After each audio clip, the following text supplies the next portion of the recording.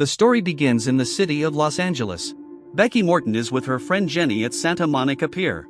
Jenny gets excited when she sees a fortune teller, but Becky doesn't seem to believe much in such things. Anyway, she agrees to have her fortune read, albeit as a joke. Madame Zella asks what the girls want to know. Jenny starts to chatter about Becky's boyfriend, saying he's no good. But Madame Zella is no longer listening. From her expression, we can tell that there's an unexpected vision in her mind. She suddenly grabs the girls' hands, alerting them to a huge danger in the near future. Concern about the boys is nothing compared to what's to come. When she mentions a beastly creature that attacks on full moon nights, Jenny concludes that she is crazy and leaves. Becky also gets upset with the fortune teller's attitude, thinking Zella is trying to scare them. Meanwhile, a girl named Brooke is finishing her shift as an attendant at a museum on Hollywood Boulevard. A friendly puppy catches her attention, and she goes to play with it. Its name is Zipper, and its owner, who arrives shortly after, is Ellie Myers. He is a shy guy and not very popular at school. Even though he's sat right behind Brooke for the past 3 years, she doesn't even recognize him. The situation gets worse when Bo, the school bully and also Brooke's boyfriend, arrives. He remembers Jimmy very well since he torments him daily. Ignoring his girlfriend's protests, he resumes the bullying right there while his friends surround the poor guy. Comments about Jimmy's delicateness and lack of athletic ability disgust the girl. Bo even manages to irritate the puppy before he stops his tasteless jokes. Jimmy escapes as soon as he can and calls his sister, Ellie. She will be a bit late to pick him up because she's arranged to meet Jake, the guy she's dating. The meeting isn't very pleasant. Jake is busy with the preparations for the opening of his themed club in 2 days. Ellie thinks about taking advantage of the event as an opportunity to appear in public with him, taking another important step in their relationship. But Jake says he won't participate in the celebration. As soon as his work is done there, he plans to take some time off and rest at home, alone. Ellie leaves hurt, and Jake seems to regret his coldness. In the car, the two siblings end up taking out their frustrations on each other. Jimmy complains that she left him waiting for over an hour. Ellie says that normal kids usually have friends to ask for rides instead of relying on their older sister. The fight continues until a huge animal jumps onto the windshield. Ellie loses control of the steering wheel and crashes into another car, which ends up flipping over. The driver of the other car is Becky Morton. She gets trapped in the wreckage and panics as she starts to smell gasoline. Ellie and Jimmy do everything to help Becky and even manage to free her, but it's no use. Before she can recover from the scare, a terrible beast bites the girl. Trying to prevent the tragedy, the siblings are also dragged into the woods. Jimmy gets a scratch on his chest, and Ellie hurts her arm. There isn't much left of Becky. When the firefighters arrive, there's a discrepancy between the siblings' accounts. Jimmy says it was some sort of giant wolf that ended the other girl. Since wolves haven't been seen around there for decades, the story is a laughingstock. Ellie doesn't want to commit too much and says she didn't see the animal properly. Jimmy is upset about the lack of support. Even Zipper, who is usually docile with his owner, now bites his hand. Arriving home, Jimmy is still angry with his sister. Ellie tries to explain that she really didn't see the beast and didn't want to lie to the authorities. He locks himself in his room to research similar cases and ends up convincing himself that he survived a werewolf attack. That night, Ellie dreams that Jake came to visit her to explain his evasive behavior. They make up and kiss, but then she attacks him and bites his neck. Ellie wakes up startled by the nightmare, but Jimmy's situation is even worse. He wakes up outside the house, in the middle of the garden, and no sign of his pajamas. The shocked expression of the neighbors snaps him out of his trance, and he rushes back inside the house, scaling the facade with agility he's never had before. In the kitchen, Ellie is listening to the news about the attack from yesterday. The official version doesn't determine the animal with precision, but the Animal Control Agency suggests it might have just been a bear. A fly begins to buzz near Ellie, disrupting her concentration. She grabs the insect mid-air, impressed with the precision of the gesture. Jimmy then comes down for breakfast and tells her that he woke up in the bushes.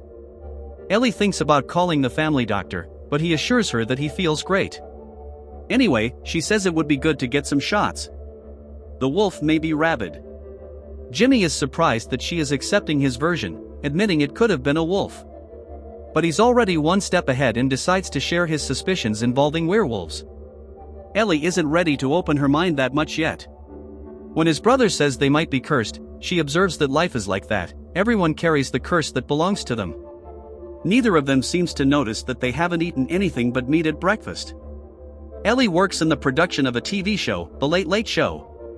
As soon as she enters the studio, everyone looks at her as if drawn to her energy. One of her colleagues, Kyle, says there's something different about her today, but he can't quite define what it is. Noticing the bandage on her arm, he asks if she's okay. Just like her brother earlier, she responds that she's great. All this cheerfulness ends when they spot their colleague Joni. She's a viper who never misses an opportunity to humiliate others. Without any ceremony, she tells Ellie that she heard about her relationship with Jake and says it will end badly. According to her, Jake is a womanizer who takes advantage of fragile women. Ellie doesn't give in to the gossip but is intrigued by the comment. Kyle assures her that Joni is talking nonsense, but he also takes the opportunity to present himself as one of the interested parties and reminds her that Jake isn't the only single man in Los Angeles. Then, Ellie starts to smell something really good and decides to investigate who is cooking something so appetizing. To her horror, she discovers that the odor is coming from a bloody nose. Meanwhile, Jimmy is at school and encounters Brooke again. He tries to help her with the soda machine and once again can't escape the troublesome boyfriend. Showing off the poster announcing the selection of fighters, Bo says Jimmy should try out since he likes physical contact so much with other guys. Instead of running away, this time, Jimmy fights back at the jokes, reminding Bo that he's been the captain of the wrestlers for several years. Brooke finds humor in his audacity, and the group leaves. Ellie attends a work event that night. Of course, Joni didn't bother to let her know that the party was a costume affair. As soon as she steps away, Jake appears and comes to speak with Ellie. The conversation is similar to what Ellie imagined in her nightmare. He confesses that he's been a womanizer and has always run away from serious commitments for reasons he can't explain at the moment. However, he swears that their relationship is special and asks for a second chance. That's all she wanted to hear. They agree to meet after the party. Then, Jenny suddenly appears. She places herself between the couple and asks Jake why he's been missing. We then discover that it was Jake she was talking about with the fortune teller. Jenny says Becky is disappointed with his absence, as if defending her friend's interests. But when Jake says he's no longer available on the market, Jenny says she's sorry to hear that. By this point, Joni has already found a way to occupy Ellie and push her away from her boyfriend. Actor Scott Baio, from a famous series, is going to be interviewed on the show, and Ellie has to coordinate the details with him. The conversation starts off unpleasantly, and Scott doesn't seem to be satisfied with anything she says. But as soon as the clouds part to reveal the full moon in the sky, everything changes. Scott suddenly feels attracted to her, even becoming inappropriate. After spending the whole night watching Jake surrounded by his fans, Ellie reconsiders giving him a chance. Jake swears he's going to change and that these girls are just remnants of the past. Ellie says it's her turn to want some time, and he has to respect her decision. At the end of the party, Jenny goes to the parking lot alone when she notices something strange. Human footprints coming out of a puddle of water, but it gets bizarre when the following footprints seem to belong to an animal, more specifically a wolf. She tries to ignore it, but suddenly she's attacked by something, being thrown far away. Dazed from the impact, Jenny sees under a car the paws of whatever attacked her. She is frozen in shock looking at the creature's paws when suddenly it jumps onto the car. The thing doesn't find Jenny on the other side since she has already hidden under another car. The creature returns to the ground, and Jenny lets out a small scream of horror. This alerts the creature, but it doesn't see Jenny as it is hanging on the door of another car. Jenny even triggers the alarm on her car, but that only makes the beast destroy it. Jenny then runs desperately towards the elevator with the beast right behind her. The young woman barely manages to get inside, where the monster almost catches her, trying to open the door with tremendous force. Jenny ends up falling while trying to reach the top, and when she looks, she sees that the creature is no longer there. She thinks the monster has left when in reality it just went up a floor and this time manages to get into the elevator, thus ending Jenny. At home, Jimmy is learning more about his new life. He discovers that werewolves can be identified by the palm of the hand. Checking his own, he sees 5 deep marks forming a pentagram. When Ellie arrives, she tries to feign interest in her brother's learning and asks if silver bullets are really useful. Jimmy says no. The only way to kill a werewolf is to separate the head from the heart. But he isn't really interested in that part of defense. Jimmy is enjoying the idea now. According to the book, the person who is scratched or bitten develops heightened senses and becomes exuberant, with an irresistible magnetic aura to normal humans. The claws and the fur might never appear, or they could start to emerge from the beginning. When he tells her about the pentagram, Ellie begins to think that the fantasy has gone too far. But just when she is about to start a sermon about it, she sees the mark on her own hand as well. Not wanting to admit defeat, she says they are both confused and traumatized. The accident brought out painful memories because it was also in a car accident that they lost their parents. Jimmy had commented that silver isn't effective because it only hurts. To prove that she isn't a werewolf, Ellie holds a silver picture frame she bought herself. Jimmy doesn't know how to explain this, and his sister takes the opportunity to send him off to bed. A few hours later, several dogs start gathering in front of the house, barking loudly. Jimmy is disturbed by the noise and goes to the window to yell at them. Shouting doesn't help, so he decides to howl. Jimmy is surprised not only by the vigor of his howl but also by its effectiveness. All the dogs run away immediately. The next day, Ellie wakes up in a good mood and informs her brother that she will be late. Today is the grand opening of the club. Arriving at the studio, she sees a group of fortune tellers waiting to appear on TV. One of them is Zella, who recognizes Ellie without ever having seen her before. She says the girl is in danger.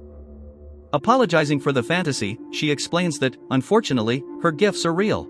Taking Ellie's hand, she says that is the mark of the beast. The only way to break the curse is by interrupting the bloodline of the beast that attacked her. Zella also says she must always remember that the beast is half human and could be much closer than she imagines. This last part Zella has to shout over her shoulder, as she is being dragged out by Kyle, annoyed by this nonsense. At school, Jimmy is having a much better experience. Once again bothered by Bo, he continues to retaliate in kind. Irritated with the nerd's audacity, Bo forces him to participate in the selection of fighters. Everyone prepares to see Jimmy being massacred, but he defeats all his opponents. In the studio, Ellie begins to feel altered and goes to lock herself in the bathroom. A colleague tries to help her and is horrified by the scene. Ellie is beginning to transform. Only a few hours remain until the grand opening, and Jake has an unexpected visitor. Jimmy tells him everything that happened, hoping to find an ally, but Jake doesn't believe him either. Disappointed, Jimmy goes home to eat a raw steak under Zipper's hurt gaze. And then it's his turn to receive a completely unexpected visitor, Bo. Even more surprising is the revelation he came to make. Bo admits that all the jokes have always been a way to keep his own secret in the closet. He never thought Jimmy was really gay, but now he does, because he was the only one capable of unmasking him. Jimmy calmly explains to him that he just became a werewolf. Part of his new attributes is the irresistible pheromone. Even if Bo is indeed gay, what he's feeling now isn't real. After saying all that, he just closes the door again, leaving the guy stunned outside. Continuing with his experiments, he holds the picture frame carefully, but nothing happens. Then he discovers that Ellie lied, the ornament is stainless steel, not silver. Zipper takes the opportunity to snatch up the steak. When Jimmy follows him, he finds that the dog is also experiencing the effects of the full moon. He was infected by Jimmy himself when he bit his hand. Bo is still waiting at the door.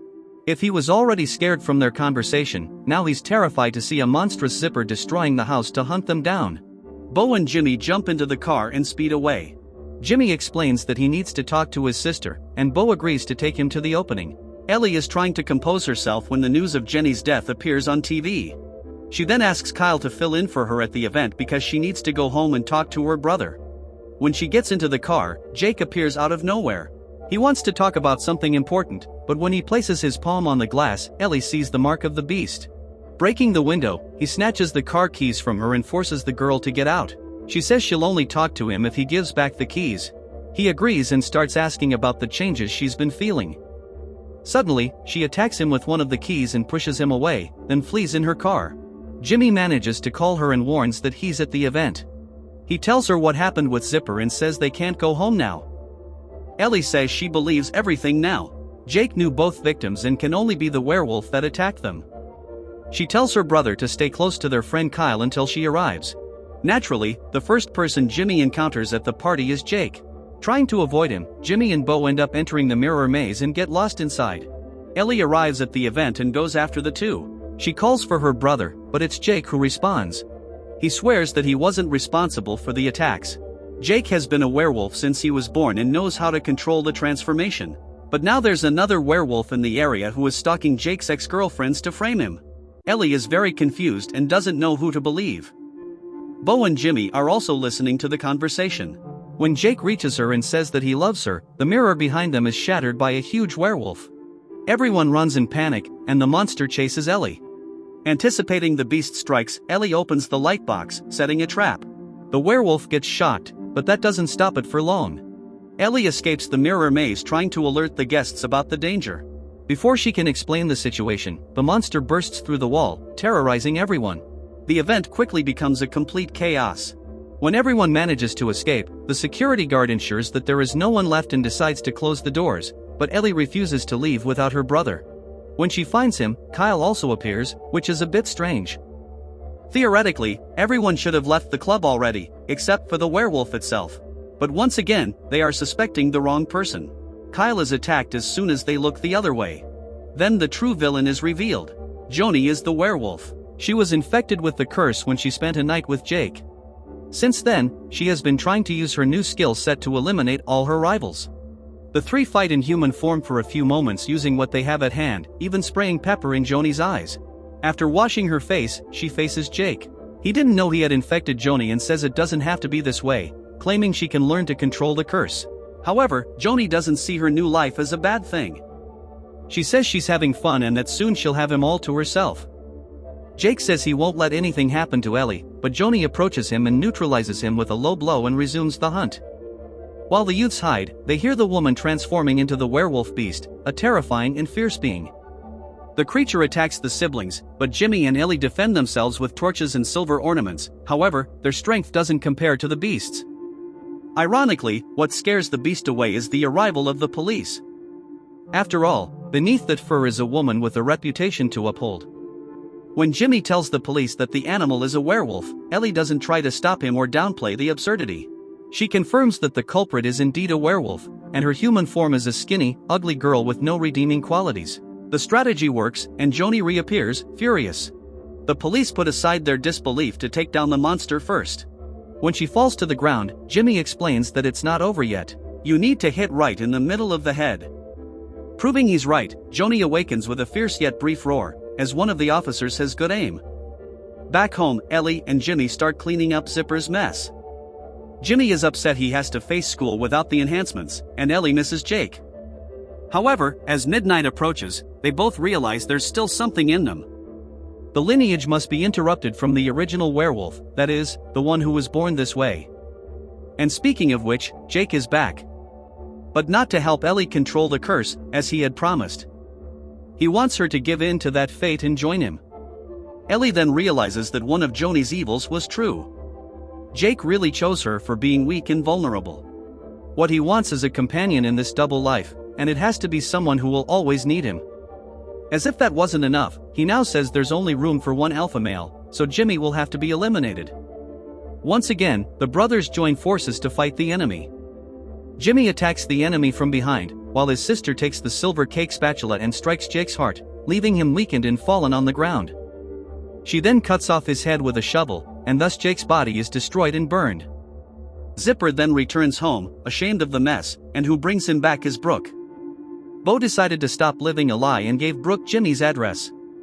Now everyone is ready to start over.